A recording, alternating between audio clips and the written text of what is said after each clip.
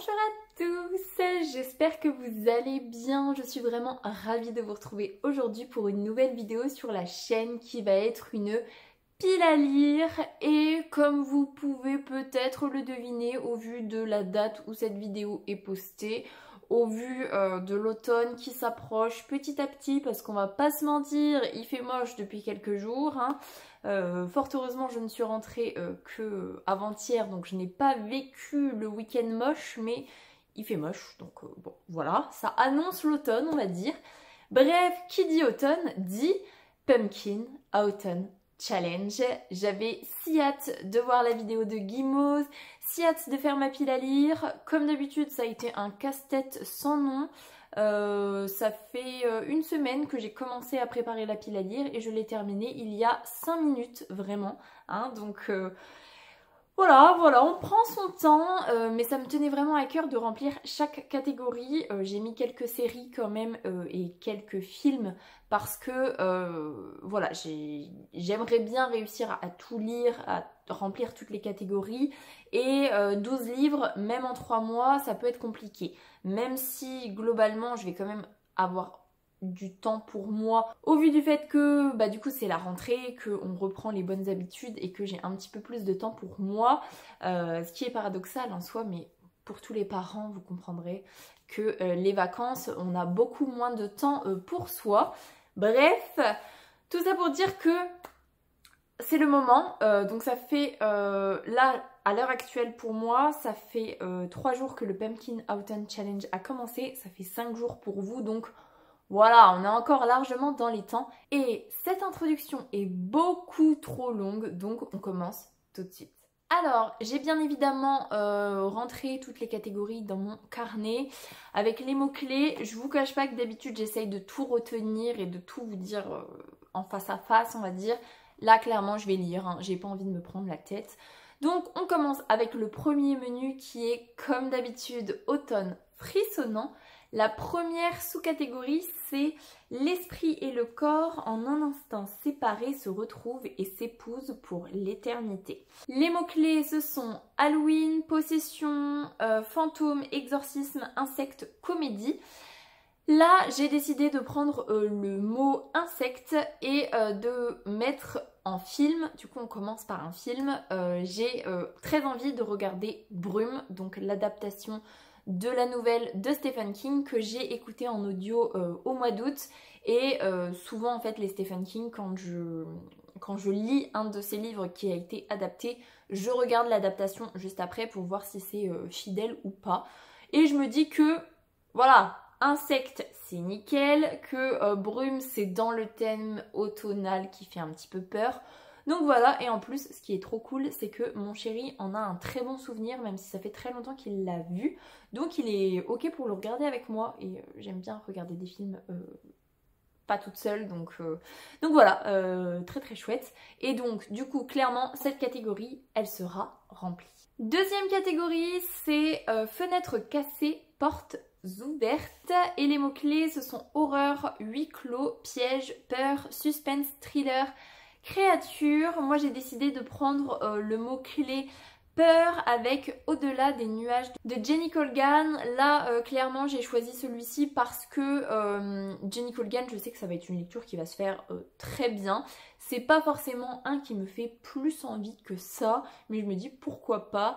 On est sur la peur parce qu'on a une pilote d'avion qui va vivre un accident justement avec son avion et qui va développer une peur pour l'aviation, sauf qu'elle va être obligée de surmonter sa peur pour reprendre l'entreprise familiale on va dire, donc ça allait vraiment très bien dedans.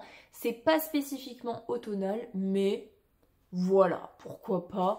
Je me dis que ça va quand même bien dans cette catégorie, donc on va partir là-dessus. Troisième catégorie, c'est le crâne qui parle. Et là, au niveau des mots-clés, on a gardien, cimetière, squelette, zombie, médiéval, sorcière et alchimie. Là, j'ai décidé, et là pour le coup, on va partir sur une série. J'ai décidé que j'avais vraiment très envie, parce que c'est nickel au niveau de la saison, de regarder la saison 2 de The Witcher. J'ai vu la saison 1 de The Witcher il y a très longtemps, à sa sortie je crois, avec mon chéri. Clairement en fait il faudrait que je me refasse la saison 1 et la saison 2 dans la foulée pour avoir justement en mémoire ça. Donc peut-être que je regarderai la saison 1 là cet automne, je ferai une petite pause et je regarderai la saison 2 du coup peut-être cet hiver. Mon chéri n'a pas envie de la regarder avec moi alors qu'il avait trop aimé, peut-être que j'exagère un petit peu, mais il avait vraiment beaucoup aimé la saison 1. Donc je pense que je vais me refaire la saison 1 toute seule et puis j'enchaînerai avec la 2 toute seule aussi.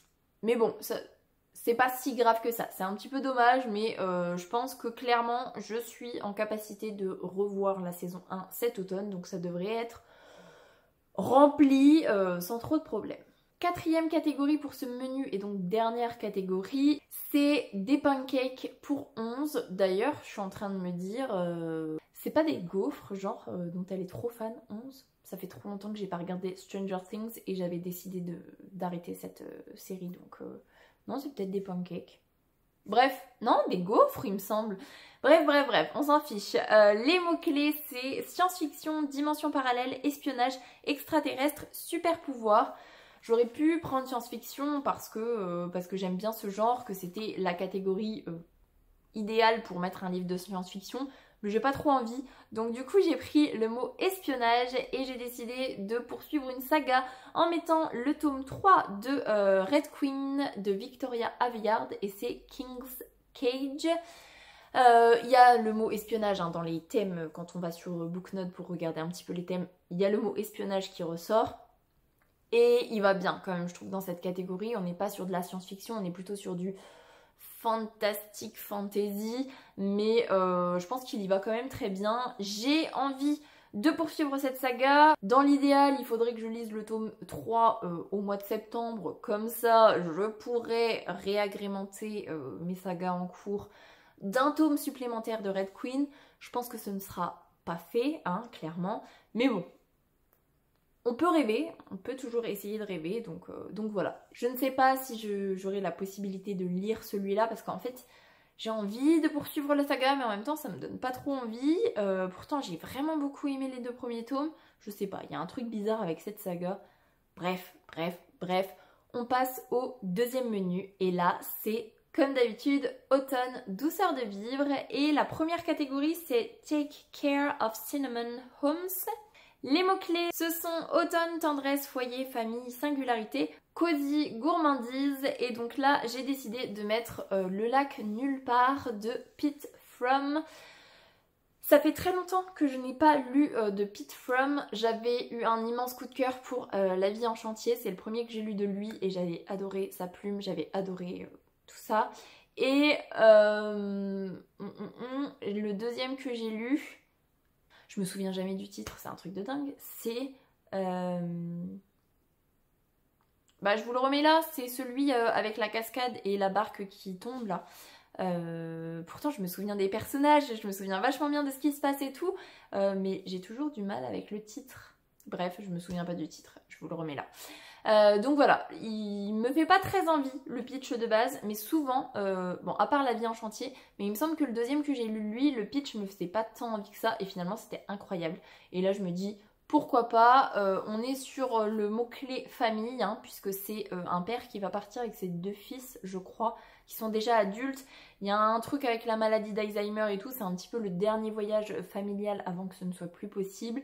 Et voilà, il me fait quand même envie parce que c'est Pete Fromm, que je sais que je vais pleurer toutes les larmes de mon corps, que ça va être incroyable au niveau du style, mais voilà, le pitch ne me fait pas très envie, donc bon, bref, on verra bien. Deuxième catégorie, c'est la délicieuse Malaventure de Sadima, et les mots-clés, ce sont conte, réécriture, adolescence, féminisme, déconstruction, genre. Là, j'ai décidé de prendre le mot-clé adolescence et de mettre la saison 5 de Young Sheldon. J'ai un tout petit peu triché puisque j'ai terminé la saison 4 genre le 30 août, un truc dans le genre, le 29 août, et j'ai enchaîné avec le premier épisode de la saison 5 le 30 août justement, et non le 29 août d'ailleurs, et du coup voilà, j'ai rien regardé depuis, je vais reprendre aujourd'hui, donc on est le 3 septembre. voilà, juste pour un épisode, je me dis que c'est bon, c'est pas si grave que ça, donc voilà, ça ce sera clairement regardé parce que là je suis toute seule ce midi, je vais regarder au moins 2 épisodes, donc ça va aller très très vite. Et puis en plus c'était une saison que j'attendais énormément, la saison 5, donc voilà. On passe à la catégorie suivante et c'est CAD, je suis contente d'être tombée de cet arbre. Les mots-clés, c'est amitié, aventure, bande dessinée, anxiété, santé mentale, lumière. J'ai décidé de prendre le mot-clé amitié et de mettre, je me souviens plus ce que c'est. Ah si, d'ailleurs je suis en plein dedans. De mettre le tome 4 de La passeuse de mots de Jennifer et Alaric Twice, donc c'est Les larmes du saule. J'ai déjà commencé la lecture commune en audio avec ma petite Victo. Alors pareil, j'ai un petit peu triché parce que je l'ai commencé sur le trajet pour aller au mariage de mon cousin. On était le 30 août, voilà. J'ai écouté 10 chapitres le 30 août et j'ai écouté 9 chapitres le 1er septembre. Donc voilà, je crois qu'il y en a au moins 60 dans le bouquin.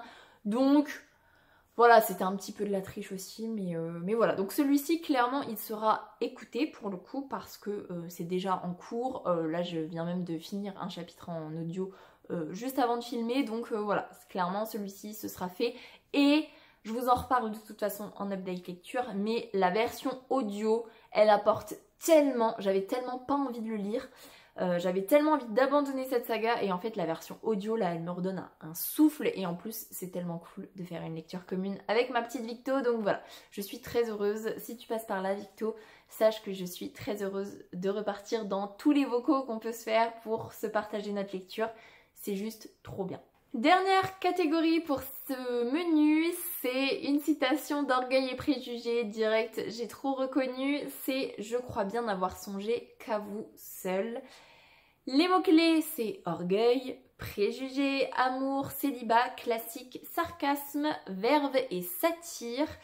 Là, j'ai décidé de mettre un truc qui n'a rien à voir avec Orgueil et Préjugés. J'aurais pu vous dire, je remets Orgueil et Préjugés, le film, dans cette pile à lire qui du coup est un peu mélangée avec du visionnage, de l'audio, de la lecture, bref. Parce que bah voilà, Orgueil et Préjugés, c'est un de mes films préférés que j'ai vu un nombre incalculable de fois, que je regarde en anglais maintenant, tellement je le connais par cœur en français.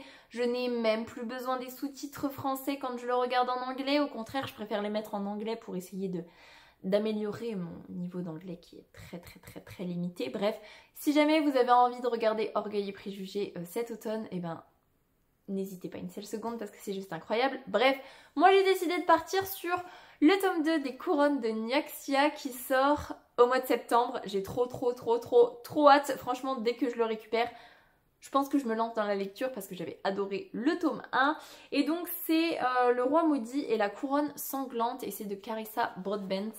Là au niveau des mots-clés j'en ai mis plusieurs, j'ai mis amour, j'ai mis sarcasme, j'ai mis verve parce que je pense que c'est des mots qui reflètent bien l'ambiance de ce tome 2 au vu de comment se termine le tome 1.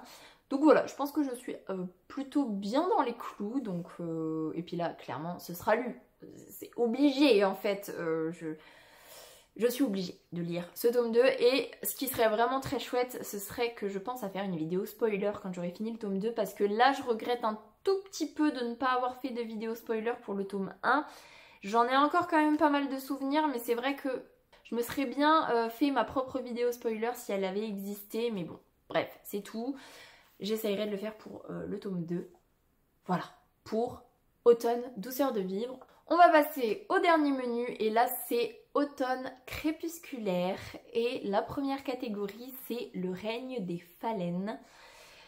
On a comme mots-clés âme, vie, mort, messager, magie, transformation, ombre, animal, nocturne. Moi j'ai décidé de prendre le mot-clé magie et de mettre une auteure que j'aime d'amour et je repousse tout le temps le moment où de me lancer dans une autre de ces sagas parce que j'ai tellement aimé Le Pont des Tempêtes que j'ai peur d'être déçue. Donc là je me suis dit allez c'est l'occasion, lance-toi, et donc j'ai décidé de mettre le tome 1 de Dark Shores de Daniel L. Jensen. Magie ça va clairement dedans, hein. On est dans le thème et j'ai trop hâte et en même temps j'ai trop peur d'être déçue. Mais je pense qu'il sera lu quand même, celui-là ou un autre, parce que j'ai mis 2 Daniel L. Jensen dans cette pile à lire, qui du coup c'est le dernier que je vous représenterai.